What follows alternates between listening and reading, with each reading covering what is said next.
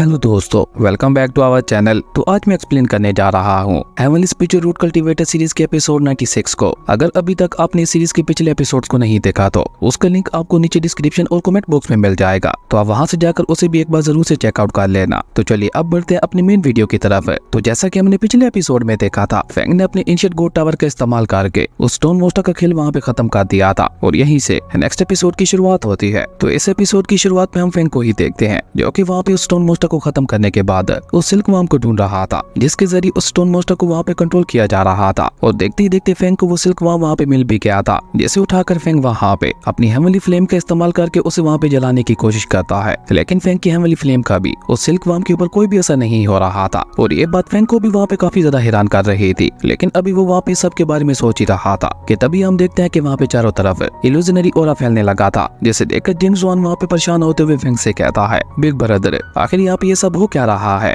लेकिन इसका जवाब तो खुद फेंग के पास भी नहीं था, इसलिए वो भी वहाँ पे उस इल्यूजनरी ऑरा के बारे में पता लगाने के लिए इधर उधर देख रहा था। जहाँ इधर उधर देखते हुए उसकी नजर उसी हेवनली लोटस फ्लावर के ऊपर पड़ती है और ये इल्यूजनरी ऑरा भी उस लोटस फ्लावर के ऊपर रखी हुई पेंटिंग से ही निकल रहा था। उस पेंटिंग को देखकर फेंग वहाँ पे खुश होते हुए कहता है, ये तो जूनर है। लेकिन इससे आगे फेंग वहाँ पे कुछ कह पाते उससे पहले ही हम देखते हैं कि वहाँ पे एक लड़की की हंसने की आवाज सुनाई देती है, जो कि हंसते हुए वहाँ पे कह रही थी, यकीन नहीं हो रहा आज इतना खूबसूरत कल्टीवेटर यहाँ तक आ पहुंचा है। आज से पहले इतना खूबसूरत कल्टीवेटर तो यहाँ पे कभी भी नहीं आया था, लेकिन तुम्हें यहाँ पे नहीं, तुम्हें तो मेरे ख्वाबों में होना चाहिए था। और इसी के साथ वहाँ पे लिंग जी नाम की एक लड़की की एंट्री होती है, जो कि असल में जूनर की ही बहन थी। वो जल्दी से फेंग के पास आकर उसका फेस पकड़ते हुए उससे कहती है, तुम्हें नहीं लगता कि तुम्हें यहाँ पे अपनी जान बचाने के लिए मेरे सामने झुकना चाहिए? और ये कहकर वो वहाँ पे एक बार फिर से अपनी इल्यूजनरी पावर का इस्तेमाल करते हुए फेंग को अपने जाल में फंसाने की कोशिश करती है। और एक पल के लिए तो फेंग भी वहाँ पे उसके जाल में फंस गया था, लेकिन लिंग जी वहाँ पे फेंग का फायदा उठा पाती। उससे पहले हम देखते हैं कि फेंग के जेट लॉकेट से प्योर हेवनली स्पिरिचुअल ऑरा निकलते हुए लिंग जी के इल्यूजनरी ऑरा को वहाँ पे डिस्ट्रॉय कर देता है, जिसके चलते बेचारी लिंग जी वहाँ पे उड़ते हुए काफी पीछे चली गई थी। और उसी के साथ साथ फेंग भी वहाँ पे ठीक हो गया था, पर फेंग तो वहाँ पे उसके जाल से बच गया था। लेकिन बेचारा जिंग सोन वहाँ पे खुद को नहीं बचा पाता, वो वहाँ पे अभी तक भी पूरी तरह से उसके जाल में फंसा हुआ था। और देखते ही देखते वो वहाँ पे पागलों की तरह हरकतें करते हुए वहीं पे गिरकर बेहोश भी हो चुका था, जो देखकर फेंग जल्दी से वहाँ पे लिंग जी से रिक्वेस्ट करते हुए कहता है, सीनियर सिस्टर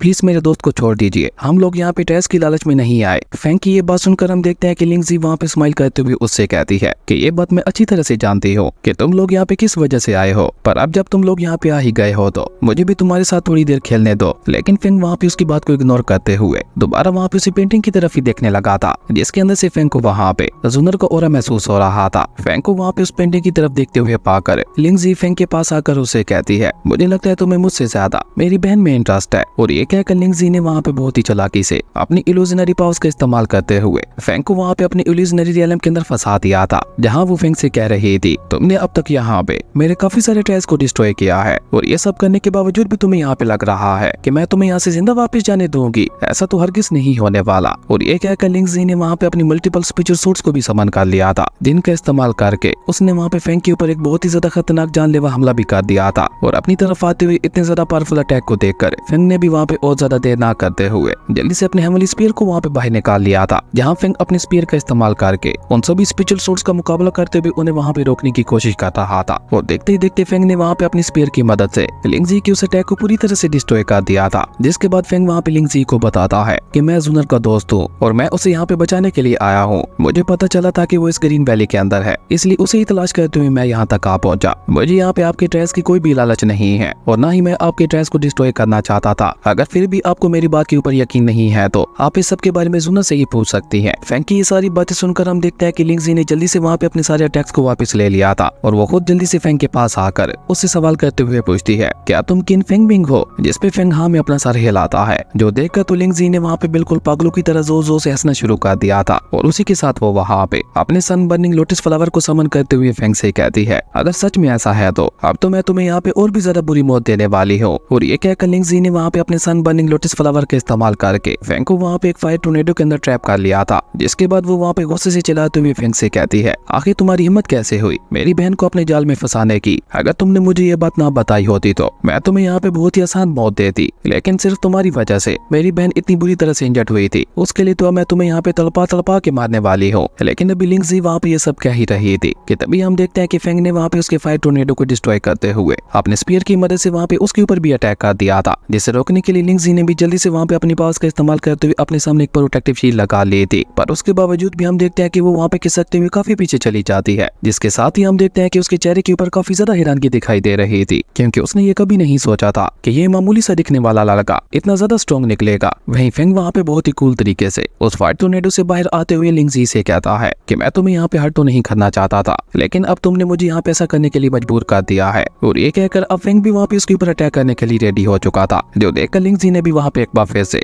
अपने सन बर्निंग लोटस फ्लावर को वहाँ पे बाहर निकाल लिया था, लेकिन वो दोनों वहाँ पे एक दूसरे के ऊपर अटैक कर पाते उससे पहले ही हम देखते हैं कि फेंग को वहाँ पे अपने कानों में जुनर की आवाज सुनाई देती है, जो कि उस पेंटिंग से बाहर आकर सीधा वहाँ पे फेंग की तरफ ही बढ़ने लगी थी। और जुनर को आज वहाँ पे इतने समय के बाद अपनी आंखों के सामने देखकर फेंग भी वहाँ पे काफी ज्यादा खुश हो गया था, इसलिए वो भी वहाँ पे उससे मिलने के लिए जल्दी से आगे बढ़ गया था, जहाँ वो दोनों मिलते ही एक दूसरे में खो गए थे। इवन उन दोनों ने बेचारी लिंगजी को तो वहाँ पे पूरी तरह से भुला ही दिया था कि वो भी वहाँ पे मौजूद है, इसलिए लिंगजी भी ऊपर हवा में उठते हुए उनके बीच में आ जाती है, जिसे देखकर जुनर जल्दी से भागकर अपनी बहन के पास जाते हुए कहती है, लिंगजी ये वही लड़का है जिसके बारे में मैंने तुम्हें पहले बताया था। अपनी बहन जुनर की ये बात सुनकर तो हम देखते हैं कि लिंगजी की पूरी चाल ही वहाँ पे बदल जाती है। वो वहाँ पे बहुत ही सॉफ्ट टोन में फेंग से कहती है, ब्रदर फेंग मेंग आखिर तुम कहाँ चले गए थे? मेरी बहन न जाने कब से यहाँ पे तुम्हारा इंतजार कर रही थी। जिसपे फेंग वहाँ पे जुनर के पास आते हुए उसे बताता है कि मैं तुम्हें लेने के लिए काफी पहले आ गया था, लेकिन इस ग्रीन वैली को पार करना बहुत ही ज्यादा मुश्किल काम था, और ऊपर से जब मैं यहाँ पे पहुंचा तो तुम्हारी इस सिस्टर ने मुझे यहाँ पे रोकने की कोशिश की। फेंग की ये बात सुनकर हम देखते हैं कि जुनर वहाँ पे स्माइल करते हुए उसे कहती है कि लिंगजी को पता नहीं होगा कि ये तुम हो,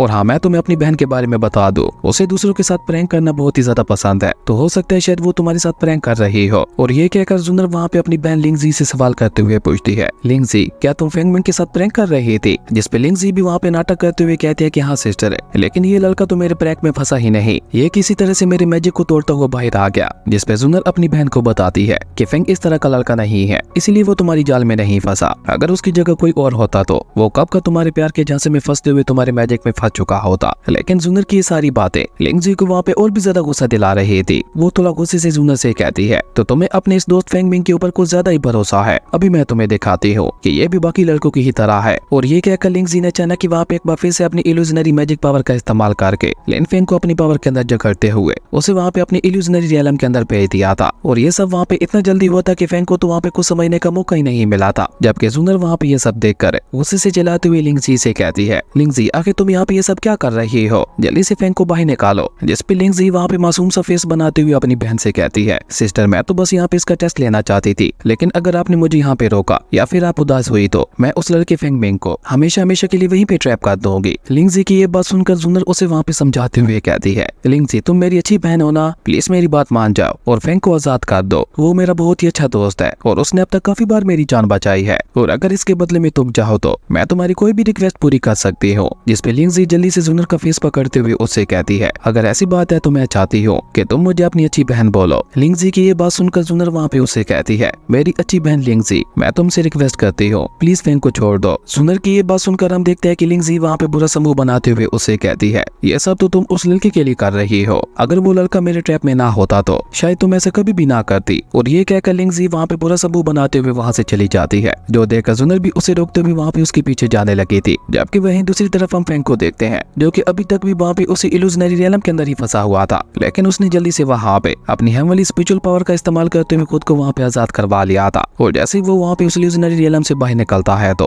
वो वहाँ पे एक मेंशन के अंदर आ गया था, जिसके अंदर आते ही फेंग को वहाँ पे बहुत ही ज्यादा प्योर स्पिरिचुअल एनर्जी का एहसास होता है। और अभी फेंग वहाँ पे उस मेंशन में आगे बढ़ ही रहा था कि तभी हम देखते हैं कि उस मेंशन के बीचों बीच कुछ बहुत ही ज्यादा पावरफुल ट्रायल्स निकल कर बाहर आते हैं। असल में ये वही ट्रायल्स थे जिनकी लालच में वो सभी कल्टीवेटर्स ग्रीन वैली के अंदर आए थे। उन सभी ट्रायल्स को देखकर फेंग भी वहाँ पे खुश होते हुए कहता है, ओ तो ये सभी ट्रायल्स यहाँ पे छुपे हुए थे। और ये कहकर फेंग वहाँ पे एक डेविल स्माइल करते हुए कहता है, वो पागल लड़की मुझे यहाँ पे ट्रैप करना चाहती थी, लेकिन अनजाने में ही उसने यहाँ पे मेरा ही फायदा करवा दिया। और ये कहकर फेंग ने वहाँ पे वो ज्यादा देर ना करते हुए जल्दी से अपनी सोल अब्सॉर्बिंग टेक्निक को एक्टिवेट कर लिया था, जिसका इस्तेमाल करके फेंग वहाँ पे उन सभी ट्रायल्स की पास को वहाँ पे अपने अंदर अब्सॉर्ब करने लगा था। और जैसे जैसे उन ट्रायल्स की पावर वहाँ पे फेंग की बॉडी के अंदर जा रही थी, वैसे वैसे ही हम देखते हैं कि फेंग का वहाँ पे heavenly spiritual phoenix master soul भी एक्टिवेट हो गया था, जो कि फेंग की ही तरह उन सभी ट्रायल्स की एनर्जी को अपने अंदर अब्सॉर्ब कर रहा था, जिसके चलते हम देखते हैं कि वहाँ पे फेंग की बॉडी से बहुत ही ज्यादा पावरफुल हेवनली स्पिरिचुअल ऑरा निकलने लगा था, जो कि फेंग की बॉडी से होते हुए सीधा ऊपर आसमान में जा रहा था। और देखते ही देखते फेंग वहाँ पे नेक्स्ट रियलम में ब्रेक थ्रू कर चुका था, जिसके साथ ही हम देखते हैं कि फेंग का गोड चक्र भी वहाँ पे एक्टिवेट हो गया था। और अपने इस ब्रेक थ्रू के साथ फेंग अब की रिफाइनिंग स्टेज के 100 लेवल पे पहुंच चुका चुका था, जो देखकर फेंग वहाँ पे खुद से ही कहता है कि मैंने यहाँ पे इतने ज्यादा खास और पावरफुल टेस्ट की पास को ऑब्जर्व किया, लेकिन उसके बावजूद भी मैं सिर्फ एक ही लेवल ब्रेक थ्रू कर पाया हूँ। मुझे लगता है मेरी ये हेवनली 5 ड्रैगन्स वाली बॉडी मेरे हर ब्रेक थ्रू के बाद मेरे अगले ब्रेक थ्रू को और भी ज्यादा बड़ा बनाती जा रही है। अगर ऐसा ही चलता रहा तो फिर एक समय पे आकर तो मेरे लिए ब्रेक थ्रू करना बहुत ही ज्यादा मुश्किल हो जाएगा, क्योंकि मेरे पास ब्रेक थ्रू करने के लिए तब कोई टायर बचेगा ही नहीं। लेकिन अभी फेंग वहाँ पे ये सब सोच ही रहा था कि तभी हम देखते हैं कि उस पैलेस के बीचों बीच एक मिस्टीरियस हेवनली रेड स्टोन निकल कर बाहर आता है, जिसने बाहर आते ही वहाँ पे अचानक ही फेंग के ऊपर अटैक करना शुरू कर दिया था।